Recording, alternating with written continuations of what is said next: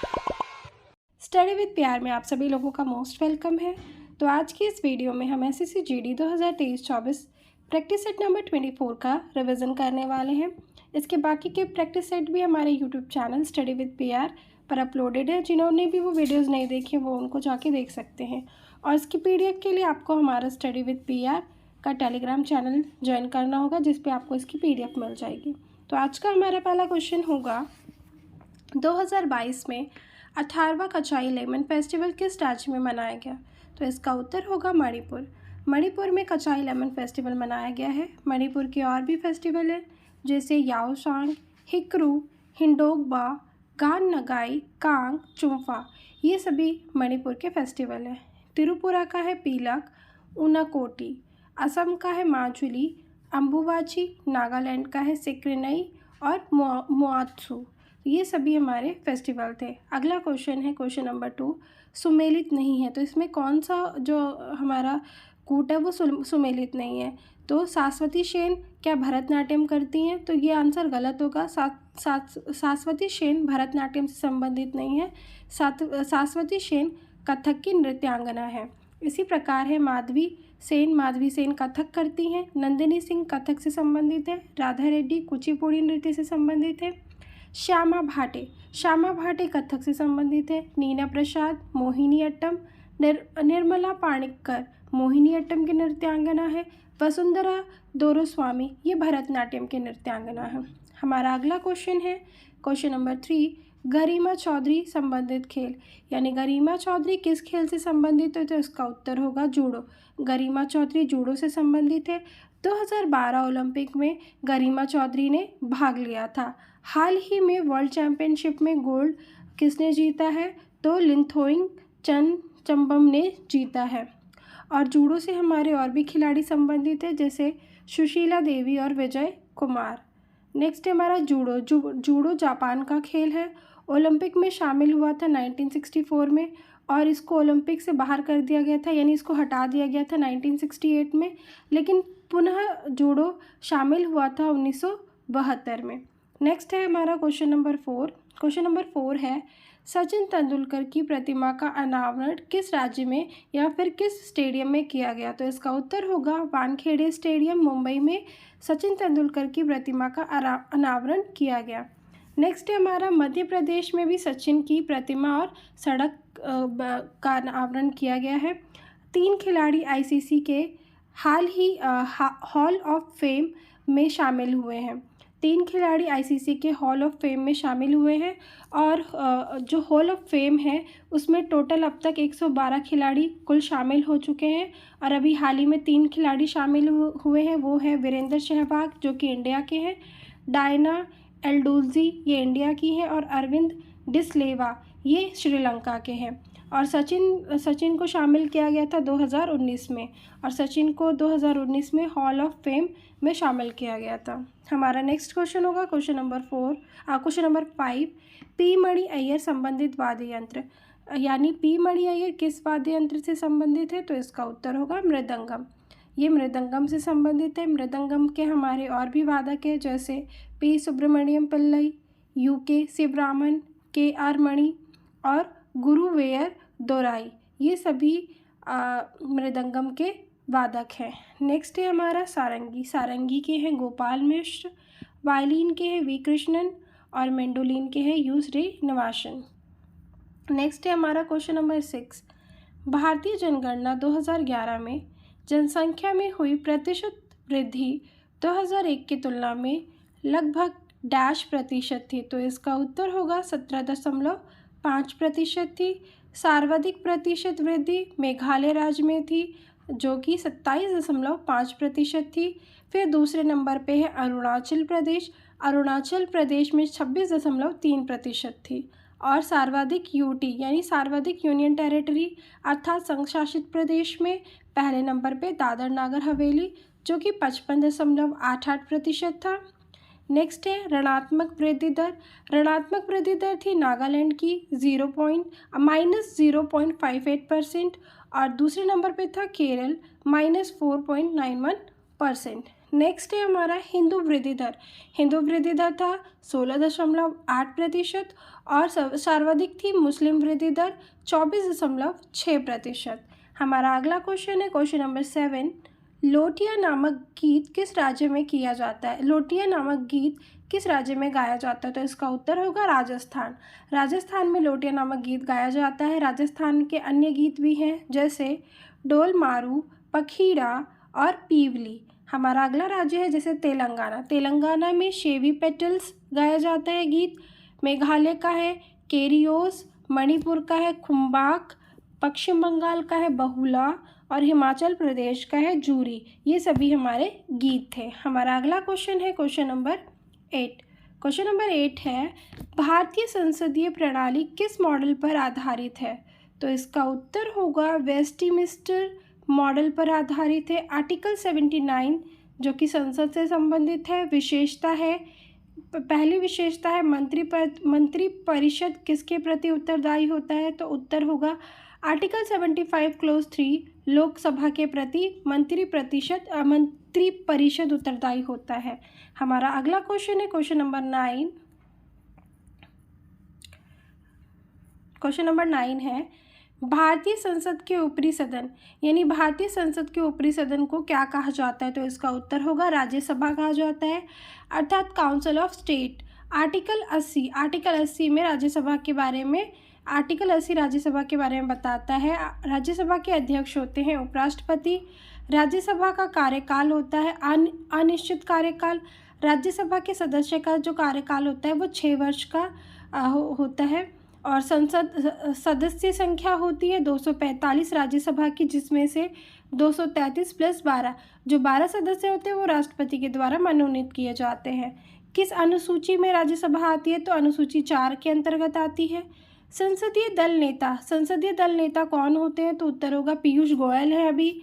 विपक्षी नेता कौन है? तो मल्लिकार्जुन खड़गे हैं वर्तमान में।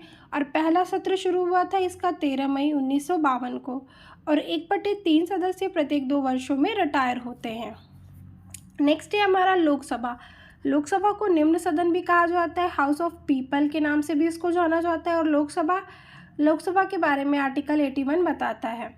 हमारा अगला क्वेश्चन होगा क्वेश्चन नंबर 10। लोकसभा के जनक के रूप में किसे जाना जाता है? तो उत्तर होगा जीवी मावलंकर को। 15 मई 1952 को लोकसभा की पहली बैठक हुई थी। इसके दूसरे अध्यक्ष थे लोकसभा के दूसरे अध्यक्ष थे M.A. अयंगर। तीसरे इसके अध्यक्ष थे सरदार हुक्कम सिंह और इस पहली महिला अध्यक्ष थी मीरा कुमार 2009 से 2014 तक। फिर दूसरी महिला अध्यक्ष थी सुमित्रा महाजन 2014 से 2019 तक।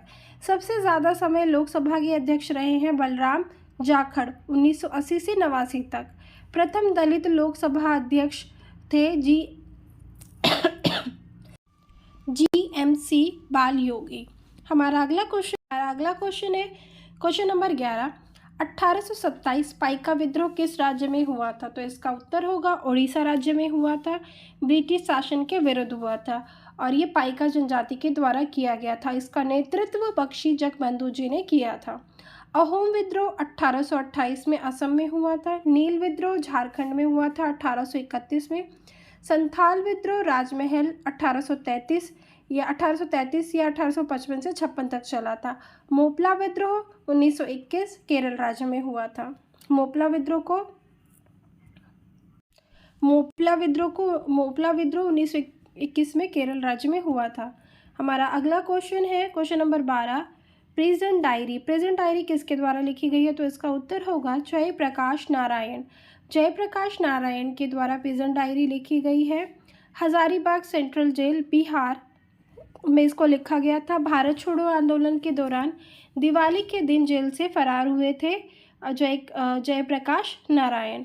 इनका अन्य नाम है लोकनायक। संपूर्ण क्रांति आंदोलन इन्होंने ही शुरू किया था और इनकी बुक है nation building in India. Jayaprakash Narayan की बुक है नेशन बिल्डिंग इन इंडिया। हमारा अगला क्वेश्चन नेक्स्ट है हमारा वी.डी. सावरकर की बुक है हिंदुत्व। मोरारजी देसाई की बुक है the story of my life. M.K. Gandhi की बुक है हिंद स्वराज। हमारा अगला क्वेश्चन है क्वेश्चन नंबर 13। रवि की फसल कब बोई जाती है? तो इसका उत्तर होगा अक्टूबर से नवंबर माह में बोई जाती है और इसकी कटाई अप्रैल या फिर मई माह में की जाती है। इसकी फसलें हैं गेहूँ, मटर, जई, चना, सरसों और जौ। नेक्स्ट है हमारा खरीफ की फसल की बुवाई जून या जुलाई में की जाती है और इसकी कटाई अक्टूबर या फिर नवंबर में की जाती है, जैसे चावल, बाजरा और कपास। जायद की फसल है खीरा और ककड़ी। हमारा अगला क्वेश्चन है क्वेश्चन नंबर 14। भारत में आर्थिक सुधार उपायों को औपचारिक रूप से कब आरंभ किया गया? तो इसका उत्तर होगा जुलाई 1991। इस समय पीएम थे पीवी नरसिम्हा राव, वित्त मंत्री थे मनमोहन सिंह और आरबीआई गवर्नर थे एस वेंकटरमण। वित्त मंत्री मनमोहन सिंह जी के द्वारा 24 जुलाई 1991 को एलपीजी को लेकर आया गया। एल यानी लिबराइजेशन, पी यानी प्राइवेटाइजेशन और जी यानी ग्लोबलाइजेशन। तो ये मनमोहन सिंह जी के द्वारा लेकर आया गया था एलपीजी। नेक्स्ट है हमारा क्वेश्चन नंबर 15। FRBM अधिनियम 2023 में एफ का अर्थ क्या है? तो उत्तर होगा राजकोषीय यानी फिस्कल। इसकी फुल फॉर्म है फिस्कल रिस्पॉन्सिबिलिटी बजट मैनेजमेंट।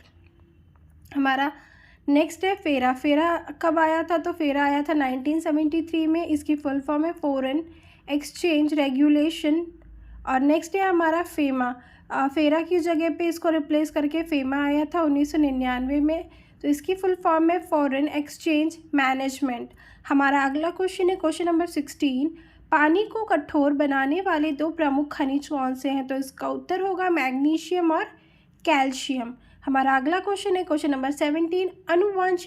अनुवांशिकी का नियम किसने दिया? तो उत्तर होगा ग्रेगर जॉन मेंडल ने। इन्होंने मटर के पौधे पर प्रयोग किया था। चार्ल्स रॉबर्ट डार्विन ने विकासवाद और प्रकृतिवाद के चयन का सिद्धांत दिया था। प्रकृति चयन का सिद्धांत इन्होंने 1859 में दिया था। इनकी बुक है origin of species. Question number 18 है पैरा एथलेटिक्स विश्व चैंपियनशिप 2023 में किस भारतीय ने रजत पदक जीता?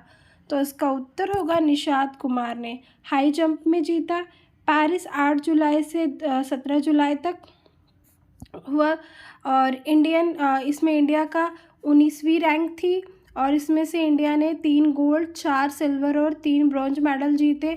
पहला जिन्होंने गोल्ड जीते वो है 3 लोग, जिसमें से पहले है सुमित अतिल ने F64 भाला फेंक में गोल्ड मेडल जीता। सेकंड नंबर पे है अजीत सिंह, इन्होंने F46 में भाला फेंक में गोल्ड जीता। फिर नेक्स्ट हमारे थर्ड है सचिन खिल्लारी, इन्होंने गोला फेंक F46 में इन्होंने गोल्ड मेडल जीता। नेक्स्ट है हमारा एकता अभियान और पूजा ने कांस्य पदक जीता है। एकता अभियान क्लब थ्रो से संबंधित है और पूजा भाला फेंक से संबंधित है। नेक्स्ट है हमारा क्वेश्चन नंबर 19। गोल्डन पीकॉक पर्यावरण पुरस्कार 2023 किसे दिया गया? तो इसका उत्तर होगा अडानी ट्रांसमिशन लिमिटेड को दिया गया। नेक्स्ट है हमारा पर्यावरण एयरलाइन ऑफ द ईयर। तो पर्यावरण एयरलाइन ऑफ द ईयर है एतिहाद एयरवेज। नेक्स्ट क्वेश्चन है हमारा चिल्ड्रन चैंपियनशिप अवार्ड 2023 किसे दिया गया? तो उत्तर होगा असम तपोवन एनजीओ को दिया गया। नेक्स्ट है हमारा एसी बोस आपदा प्रबंधन 2023 किसे दिया गया? तो इसका उत्तर होगा ओडिशा राज्य प्रबंधन को। और नेक्स्ट है लुगलेई फायर स्टेशन जो कि मिजोरम में स्थित है। क्वेश्चन नंबर 20 है 2024 में 69वें फिल्म फेयर का आयोजन कहाँ किया जाएगा? तो उत्तर होगा गुजरात में किया जाएगा। 68th फिल्म फेयर जो अवार्ड है उसमें बेस्ट फिल्म थी गंगूबाई, बेस्ट एक्टर थे राजकुमार राव बधाई हो के लिए, बेस्ट एक्ट्रेस थी आलिया भट्ट गंगूबाई मूवी के लिए, बेस्ट डायरेक्टर थे विष्णुवर्धन शेरशाह मूवी के लिए। नेक्स्ट है हमारा homework question 53rd Dada Saheb Phalke पुरस्कार किसे दिया गया? तो इसका उत्तर होगा वहीदा रहमान को दिया गया। तो आई होप आपको आज की रिवीजन सीरीज़ पसंद आई होगी। अगर आपको ये रिवीजन सीरीज़ पसंद आई है तो स्टडी विद पीयर चैनल को सब्सक्राइब करें और कमेंट करके आप अपना फीडबैक ज़रूर दें और इसकी PDF के लिए study with peer Telegram channel join करें। Thank you.